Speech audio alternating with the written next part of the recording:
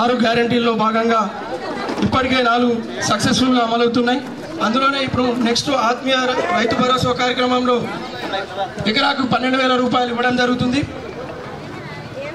ఇట్టి కార్యక్రమాలను విజయవంతంగా పూర్తి చేస్తున్న కాంగ్రెస్ ప్రభుత్వానికి మనసారా కృతజ్ఞతలు తెలియజేస్తూ, ఏదైతే ఇప్పటికే మహిళలకు ఉచిత బస్సు ప్రయాణం, ఇంటికి 200 యూనిట్లలోపు ఉచిత కరెంటు మరియు గ్యాస్ సబ్సిడీ, ఇట్లా చెప్పుకుంటూ పోతే అనేక సంక్షేమ పథకాలు అమలు చేస్తున్న ప్రభుత్వం ఇది, ప్రజాపాలన ప్రభుత్వం.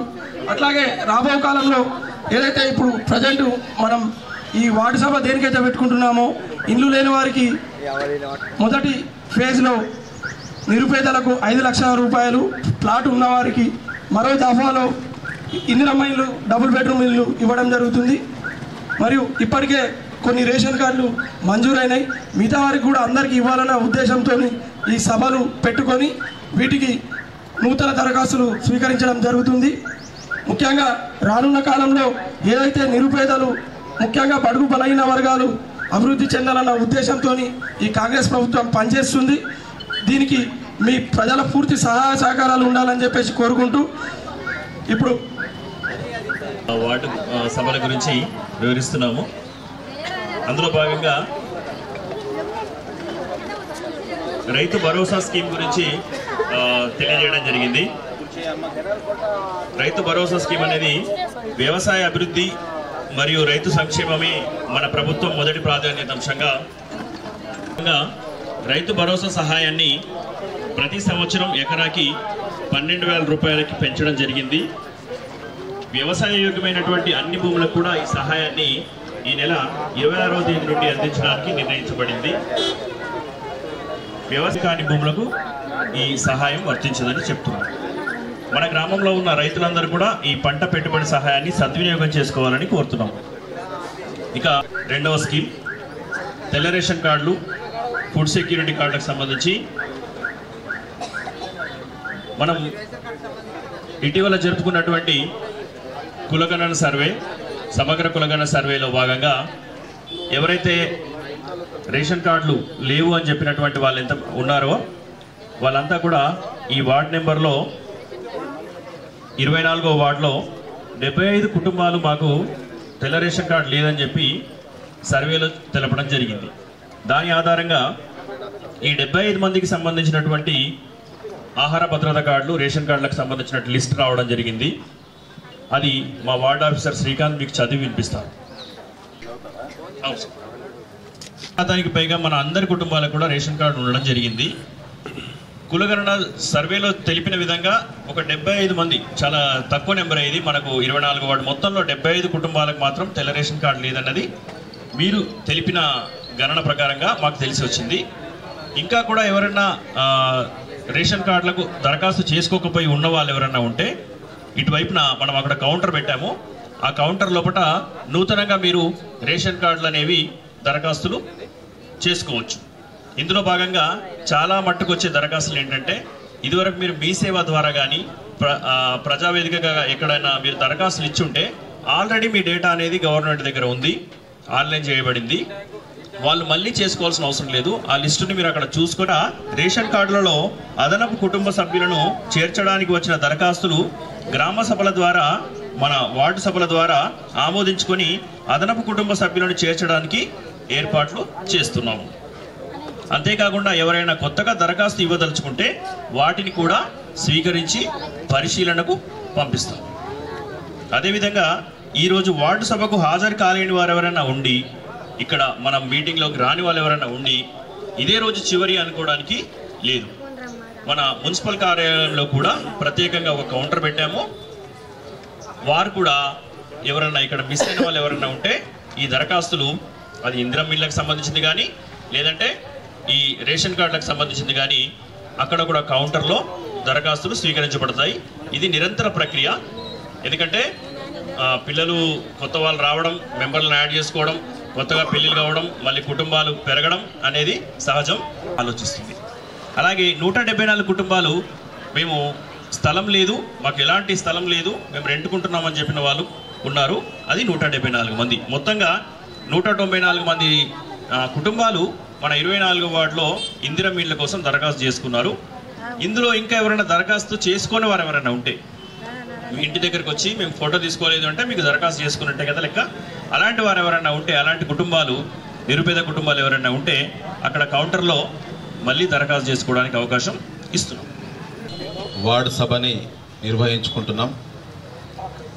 ఈ యొక్క సభ ముఖ్య ఉద్దేశం ఏంటంటే జనవరి 26 నుంచి మనము ఒక 4 పథకాలని ప్రజలకి ఇవ్వడానికి, ఎవరెవరు అర్హులు ఉన్నారో వారికి అందరికి కూడా ఇచ్చే కార్యక్రమమే ఈరోజు మనం ఈ సభ నిర్వహించుకుంటున్నాం. దీనికి అధ్యక్షత వహిస్తున్న కౌన్సిలర్ రాము గారికి, నాతో పాటు విచ్చేసిన చైర్మన్ శ్రీనివాస్ గారికి, అయ్యప్ప శ్రీనివాస్ గారికి, కౌన్సిలర్లకి, కాంగ్రెస్ నాయకులకి, ముఖ్యంగా ఈ వార్డు మహిళలకి, అన్నదమ్ములకి అందరికీ పేరు పేరున నమస్కారాలు తెలియజేస్తూ, ఇందాక మన ఆఫీసర్ గారు చెప్పినట్టు 75 రేషన్ కార్డులు మన వార్డుకి మంజూరైనాయి. అది కులగణన ఇంటింటికి వచ్చే క్రమంలో ఒకవేళ ఇంట్లో ఆ పూట ఉండకపోవచ్చు, ఇంకేదన్నా పెళ్లికో, ఇంకా ఎవరన్నా మంచిగా లేకపోతే దవాఖానలకు పోయిన పరిస్థితులు ఉండవచ్చు. ఈ 75 ఫైనల్ కాదు. ఈ రేషన్ కార్డ్ అనేది నిరంతర ప్రక్రియ. మీరు అయిపోయింది అనే దానికి ఇప్పుడు ఎవరన్నా దుబాయ్ పోయి ఉండొచ్చు, ఇంకెక్కడన్నా పోయి ఉండొచ్చు, ఎప్పుడన్నా కానీ కార్యక్రమం ముందుకు పోతూనే ఉంటుంది. ముఖ్యంగా గత 10 సంవత్సరాలు టీఆర్ఎస్ ప్రభుత్వంలో కొత్త రేషన్ కార్డ్ అనేది ఒక్కటి కూడా ఇవ్వలే. మనం ఎలక్షన్ సమయంలో హామీ ఇచ్చినాం. ప్రజాపాలనలో మీ నుంచి దరఖాస్తులు తీసుకోవడం జరిగింది. ఎవరైనా సరే ఈ 75 కాకుండా మిగతా అర్హులందరికీ కూడా తప్పకుండా రేషన్ కార్డు ఇస్తాం. అదే రకంగా రైతు భరోసా ఉంది. గత ప్రభుత్వంలో 10,000 రూపాయలు సంవత్సరానికి గుట్టలున్నా ఇచ్చినాం. ఏ రకంగా ఉన్న మన ప్రభుత్వం ఏమంటుందంటే గుట్టలకి లేఅవుట్లకు కాకుండా ఎవరైతే రైతులు అని చెప్పి నిర్ణయించడం జరిగింది. అందులో భాగంగా కూడా కొంత ఏదన్నా ఉంటే కూడా మీ దగ్గర నుంచి ఇన్ఫర్మేషన్ కూడా తీసుకుంటారు. అట్లనే అసలే భూమి లేదు, జాగా లేదు, నిరుపేదలు, మనము పరిస్థితి లేదు అనే వాళ్ళకు కూడా మన ప్రభుత్వం ద్వారా సంవత్సరానికి 12,000 రూపాయలు ఇంద్రమ్మ భరోసా కింద ఇవ్వడం జరుగుతుంది. దానికి సంబంధించిన ఆల్రెడీ డేటా కూడా ఆఫీసర్ల దగ్గర ఉంది. ఇంకా ఎవరికన్నా ఆ డేటాలో లేని పక్షంలో వారికి కూడా తప్పకుండా ఇస్తామని కూడా తెలియజేస్తున్నాం. అట్లనే మన నియోజకవర్గానికి 3,500 ఇండ్లు ఇవ్వడం జరిగింది.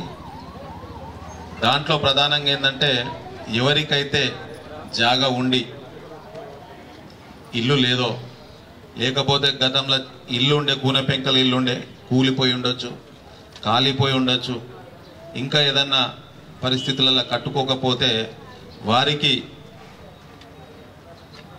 ఇందిరమ్మ ఇల్లు దాంట్లో బీసీలు అయితేనేమో 5 లక్షల రూపాయలు, ఎస్సీ ఎస్టీలు అయితేనేమో 6 లక్షల రూపాయలు మీకు ఇల్లు కట్టుకోవడానికి మన ప్రభుత్వం ద్వారా మీకు ఇవ్వడం జరుగుతుంది. అందులో ఏంటంటే కొంత లిమిటెడ్ ఉంటుంది.